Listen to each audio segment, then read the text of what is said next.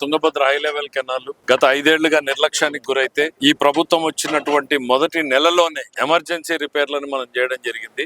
రెండవ సీజన్ వచ్చే లోపల 35 కోట్ల రూపాయలని మనం రిలీజ్ చేసాం. వర్కులు శాంక్షన్ చేసాం. వర్కులు కంప్లీట్ అయిపోతా ఉన్నాయి. లాస్ట్ 1 వీక్ లోపల ఉన్నాయి ఇప్పుడు అన్ని వర్కులు కూడాను. 35 కోట్లతో వాటర్ ని ఎట్లా ఎఫెక్టివ్ గా తీసుకోవాలనేటువంటిది మనం చేసుకోగలిగాం. ఒకవైపు హెచ్ఎల్సి, మరోవైపు హంద్రీనీవా వైడనింగ్, సెకండ్ ఫేజ్ లో లైనింగ్, టోటల్ ఇరిగేషన్ లో అనంతపురం జిల్లాలో గత 5 ఏళ్లుగా ఎంత నిర్లక్ష్యం చేశారో ఒక్క సంవత్సరంలోనే దానికి 10 రెట్ల పని మనం చేయగలిగాం. ఇంకా చేయాల్సింది ఎంతో ఉంది.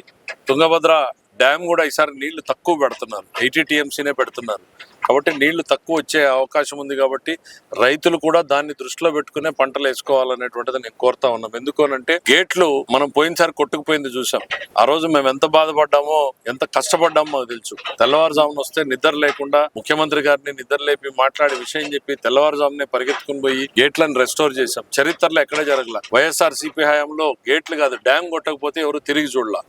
మేము సాధ్యం కాదు అనుకున్న దగ్గర గేట్లను పెట్టాం, పంటను కాపాడాం, మా బాధ్యతగా రైతులందరినీ కూడా కాపాడాం. ఇది ఇట్లానే వదిలేస్తే మరి ఇంకొక 30 ఏళ్ళు ఏం జరుగుతుందో తెలియదు అనేటువంటి ఉద్దేశంతో ఇవాళ ఆంధ్రప్రదేశ్ ప్రభుత్వమే చొరవ తీసుకుని మొత్తం గేట్లను మార్చడానికి తుంగభద్ర బోర్డులో కన్విన్స్ చేసుకుని మనం డబ్బులు రిలీజ్ చేసేసాం. టెండర్లు కూడా పిలిచేసినారు. అయితే ఈ సీజన్ లో గేట్లు పెట్టడం కుదరదు, ఎందుకంటే వాటర్ ఆల్రెడీ వచ్చేస్తున్నాయి కాబట్టి.